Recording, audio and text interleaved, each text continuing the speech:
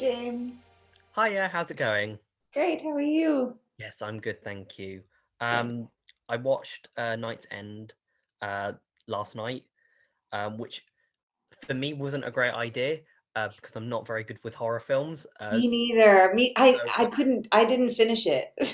really, I swear to God. I know how it ends, and I was like, I can't do it. I'm so bad with it. it was a escalation thing, and it was just getting creepier and creepier. And I think where it was tapping into that modern technology thing, Yeah, especially during lockdown, it was this whole webcam live streaming. It just hit a bit too real, and I was like, I I know. got through it. I got through it. Well, I'm impressed, and you did better than Pat on the me. back. Yes. Um, so I was just wondering, for people who are getting ready to watch Night's End when it drops on Shudder tomorrow, can you tell us a bit about your character, Kelty? So I play the ex-wife of the protagonist. We have a really, I think, very loving relationship, despite being exes.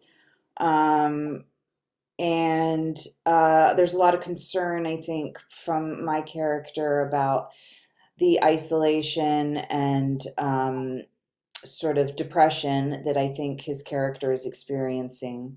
Um, and throughout the course of the film, I become a pretty big fan of sort of this hell that he's going through, perhaps making me a less great wife. Um, because the apartment starts to prove to be a lot scarier than it should be, than anyone's apartment should be. I think what it was interesting that you kind of touched upon it is that you became a fan of this haunting, and I think what I really liked about yours and Michael's character was they were kind of the fun of the haunting, because they were such a good reflection of what we're like as people. There are people Yes. obsessed with serial killers, and there are people obsessed with um, you know, hauntings, ghosts, the paranormal. What is it about the paranormal and ghost hunting that you think excites people? Oh my God, I can't imagine. I mean, I can imagine.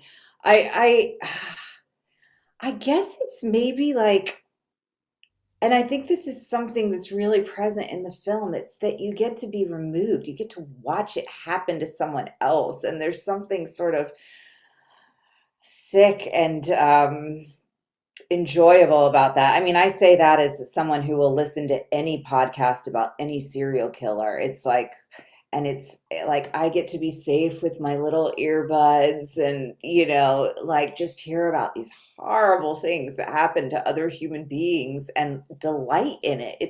It's a bizarre human trait, but I think we all have some form of it, right? It's like this kind of disassociation thing where it's not me, it's them, Yeah. and you get to kind of, I guess, look at it from the outside world, and thank goodness it isn't happening to me, but I can at least enjoy it while it's happening to them, sort of thing. Yeah, that's Yeah. an interesting way to put it. Absolutely. And as I mentioned before, it's there's such a strong focus on the technological side of it, the fact that it's all happening via or through webcam, through computer screens. Um, what was that actually like, kind of filming that sort of process? So it was the worst in a way, um, because we didn't film it separately. We filmed it like the old-fashioned way, which means that Gino would be in the room in the corner, like we would play the scenes together, but I couldn't look at him and I couldn't play with him. Right.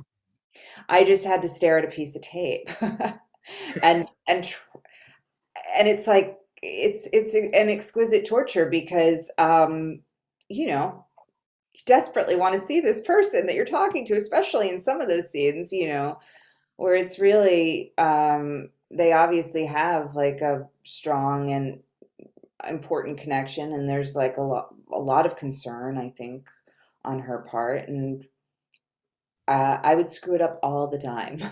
I would like be looking over the DP like to an actor in the corner that made absolutely no sense. That's interesting because that kind of, moves on to the next question I had.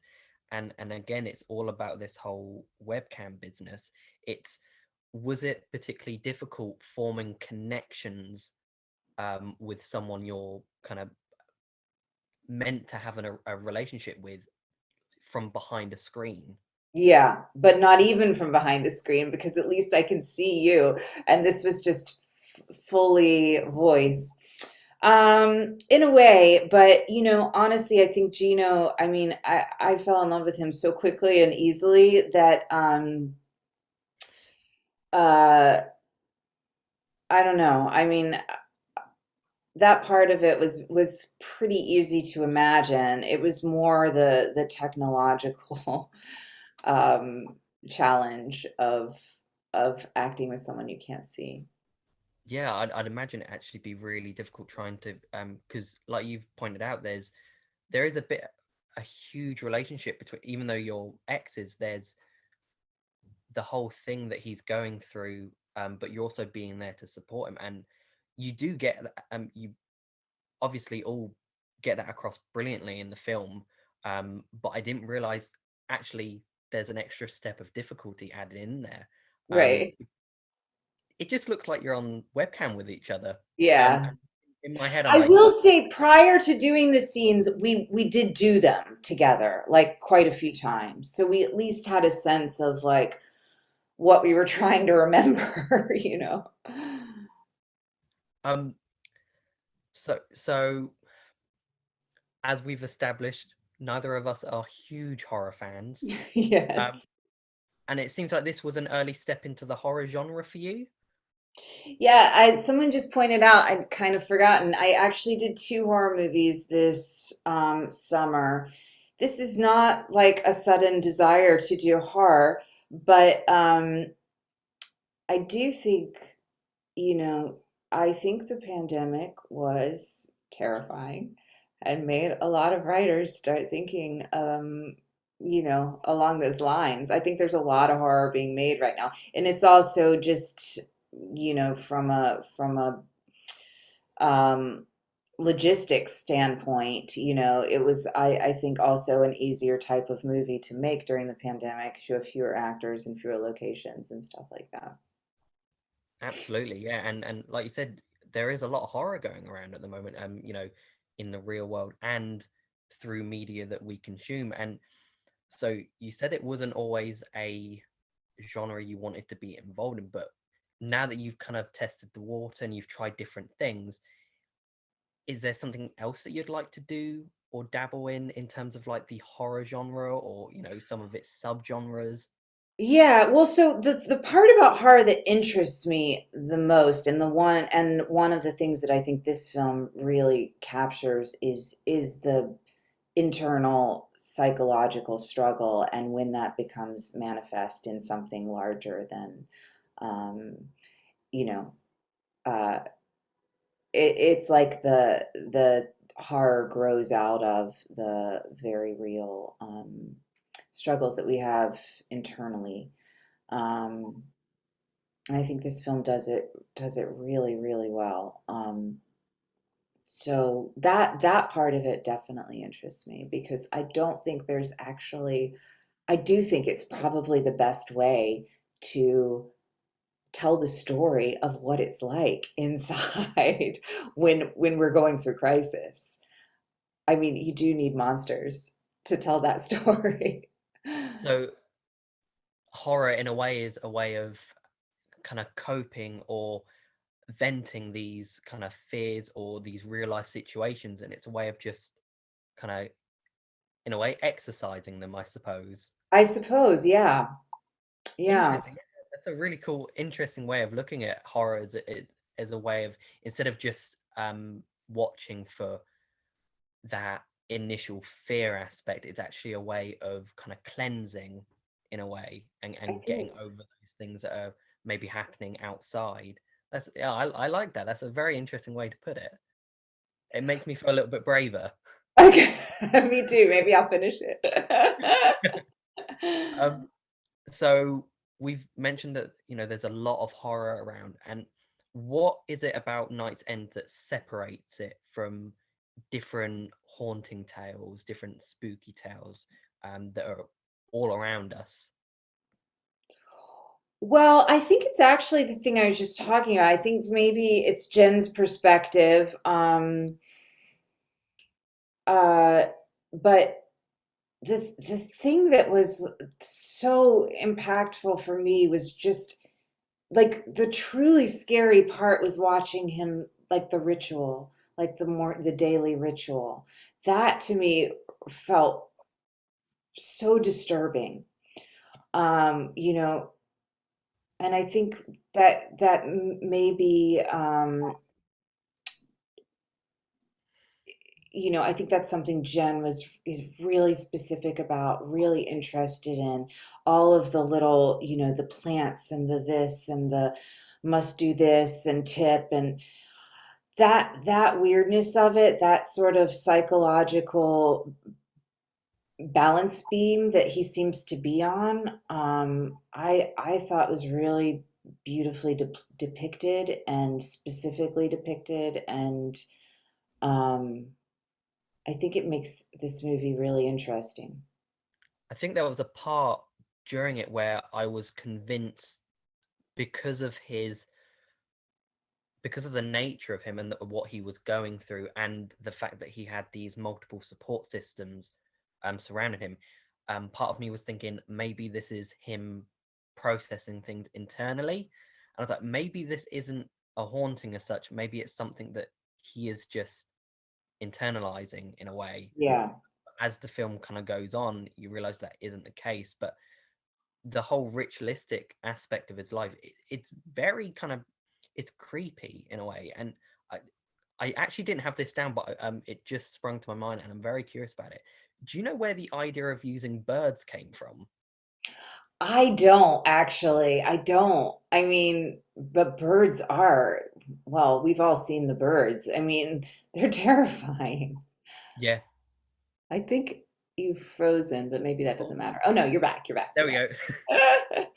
Um, yeah, they're really scary and creepy, and yeah, that I mean, it's funny, but like, yeah, preferring the dead birds, the birds in Yeah. the freezer. I mean, it's all very, very scary. I think it's also this stuff, the kind of the bird, his daily routine. It all adds up, and you're kind of sat there thinking, there's something different about this guy, and you kind of just realize by the end that he's just different. There's nothing actually kind of wrong with him. He's just a different person. But it's all these little bits that just, I don't know, it kind of tricked me into thinking that something else was going to happen. Uh-huh, yeah. And then it went round, and the film played out as it did. Um, but I thought that was very interesting that it was able to do that. And I think I've got time for just one last question. I was just wondering, um, you've worked with Jen before, um, Uh-huh. and what's it like working with her on set, or just because it seems like you've got a very collaborative relationship. So what's that sort of like? Well, she's an amazing woman. I mean, she's just a pleasure to be around as a human being. She's incredibly smart and nurturing and gentle and competent. Everything you want in a mother, a friend, and a director. And she is great at all of those things. I'll do anything with Jen, and I just she's also an artist, a visual artist prior to being a filmmaker, which I think is very evident in her movies. She really powerful images, very bold. Um, you know, you can freeze almost any frame of her films and study it she's that type of director, so I find it a pleasure to watch. Yeah, I I'd follow her anywhere. So potential future collaborations we can expect in the future. Oh, I hope so, yeah. And looking towards the future, do you know of any other kind of potential project or future projects that you're allowed to discuss where we can, hope to see more of you in? Sure. Yeah, I have I don't think it's come out yet. It's coming out here. It just started a couple weeks ago, the Lakers project on HBO. Oh yeah, Um, yeah. about Jerry Buss. I play his ex-wife. So that's a lot of fun. It's a really fun series. I will go ahead and say, and I don't care much about basketball. See, I really um, about basketball, but oh my gosh, I am enjoying it so much. It's really well done.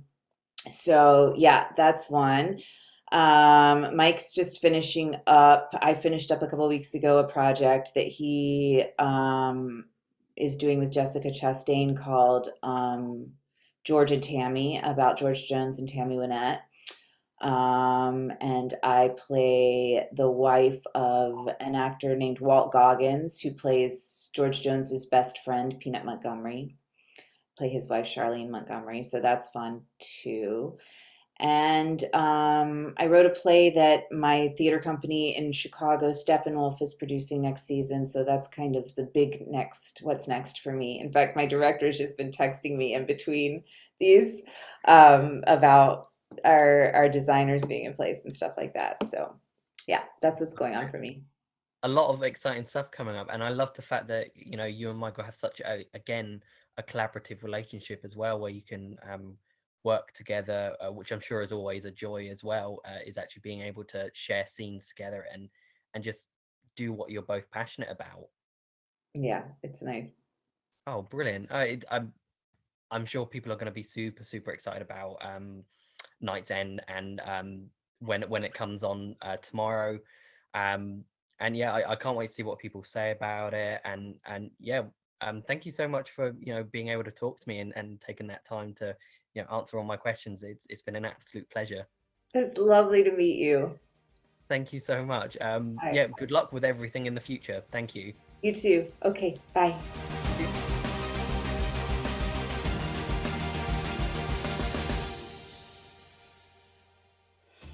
Thanks for watching, Super Friends. If you enjoyed this video, then make sure to hit the subscribe button just down below and hit the bell so that you can get notified whenever we release brand new videos. In fact, there's 2 more waiting for you to watch right here below. So what are you waiting for? Why not click play?